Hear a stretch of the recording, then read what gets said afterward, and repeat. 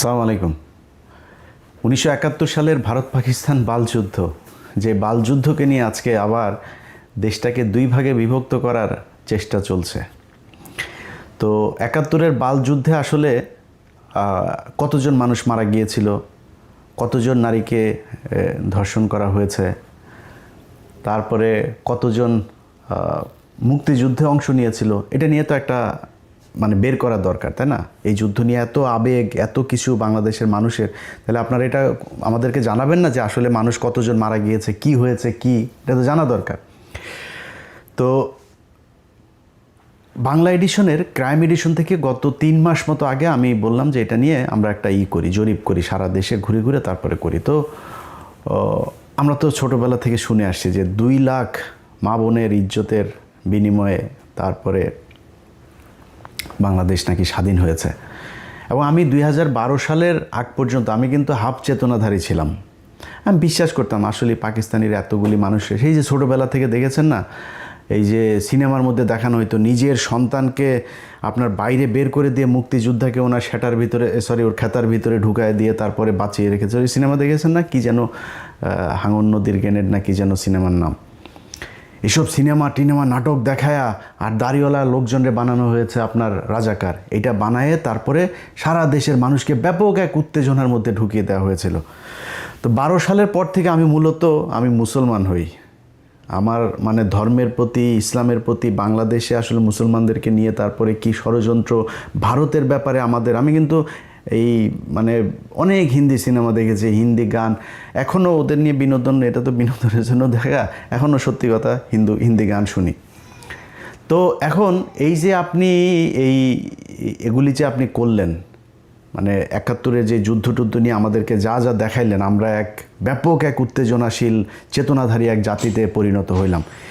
সেই জাতিকে আপনি বুঝাইলেন 2 লাখ মানুষকে করার। তো আমরা প্রথমে গেলাম মন্ত্রণালয়ে একটু খোঁজ নিতে, যে মন্ত্রণালয় তো নিশ্চয়ই সেই 2 লাখের না থাকে, 1 লাখের তো থাকবে না, 50,000, 5,000, 1,000 তো থাকার কথা। মন্ত্রণালয়ের কাছে তালিকায় নাম আছে মাত্র 530 জন। কোনো সমস্যা নেই ভাই, 530 জনও ইটস হিউজ। আমি এটাও যদি 530 জন যদি ধর্ষণের শিকার হয়ে থাকে, আমি সেটার বিচার চাই, সেটাকে আমি ব্যাপক ন্যাক্কারজনক হিসাবে দেখতে চাই। এই 513 জনের মধ্যে 30 জনের মধ্যে আমি গেলাম আমরা অনুসন্ধান করতে। এর মধ্যে ঢাকা বিভাগটা দিয়ে আমরা শুরু করলাম। তো মন্ত্রণালয়ের হিসাব অনুযায়ী ঢাকা বিভাগে ধর্ষিত হয়েছেন হলো 69 জন। এই 69 জনের পেছনে খোঁজ নিতে গিয়া ভাই যা দেখলাম, আইরে ভাই, পাকিস্তানের মিলিটারিরা এত ধর্ষণ করে গেল। এই 69 জনের মধ্যে কারোর গ্রামই নাই। একটা মানুষের নাম দেওয়া হয়েছে এই ঢাকার কেরানীগঞ্জে, গ্রাম নাম দেওয়া হয়েছে, সেই গ্রাম বলে কোনো গ্রামই নাই, কেউ মানুষ নাই, সেই নামের কোনো মানুষই এলাকায় নাই। একজন আছে ফাতেমা বিবি। ফাতেমা বিবি একাই 300-400 মিলিটারিকে সে এক বিস্ফোরণ বানিয়েছেন। তিনি বিস্ফোরণ বানিয়ে বলে মরিচের গুঁড়া টুরা, হলুদের গুঁড়া, ঝাল মশলা দিয়ে মাখায় টাকায় তিনি এক বিস্ফোরণ বানিয়েছিলেন। সেই বিস্ফোরণ দিয়ে তারপরে পাকিস্তানের 400-500 মানুষকে মেরেছেন। 14-13 জনের আপনার এই গোপনাঙ্গ কেটেছেন পাকিস্তানি মিলিটারিদের। গোপনাঙ্গ কেটে ওর ওর এর মধ্যে আপনার উঠানের মধ্যে ওনাকে শুটকি বানাতে দিয়েছিল সেই গোপনাঙ্গ দিয়ে। এই হলো গিয়া, শুনেন একটু ক্রাইম এডিশনে সেই প্রোগ্রামটার অল্প একটু কথা শুনেন, শুনলে বুঝবেন কি বলে। একটা পাঁচফোড়ন তৈরি করলাম, কিছু ছাই, তামুকের ফাঁকি, মরিচের ফাঁকি দিয়ে ছোট্ট ছোট্ট করে গোল্লা বানাইয়া এক একজনের হাতে দিতাম। অনেক মানুষ ছিল, এদেরকে হাতে দিতাম, ওরা গাছের গায়ে গায়ে থাকতো। যখন ওইটা যখন পড়তো তখন ওরা আসলে পরা ছিঁড়ে মারলে পরা ওকে নাক মুখ চোখ মুখ কানা হয়ে যেত গা, তখন ওদের অস্ত্র আমরা চিনে এনে মুক্তিযোদ্ধাদেরকে দিতাম। বহু অপারেশন করছি আমরা নিজের হাতে, না হইলে কমসে কম আমার এই হাত দেয়, না হইলে 2-500 আমি মারছি। আমি 11 জনের জীবিত অবস্থায় তাদের পুরুষঙ্গ কেটে লেছিলাম কাঁচি দিয়া, বব কাঁচি দিয়ে কাইটটা আমি টাকি মাছের মতন শুটকি দিছিলাম। এই হইল কি আমাদের মুক্তিযুদ্ধের ধর্ষিতাদের অবস্থা।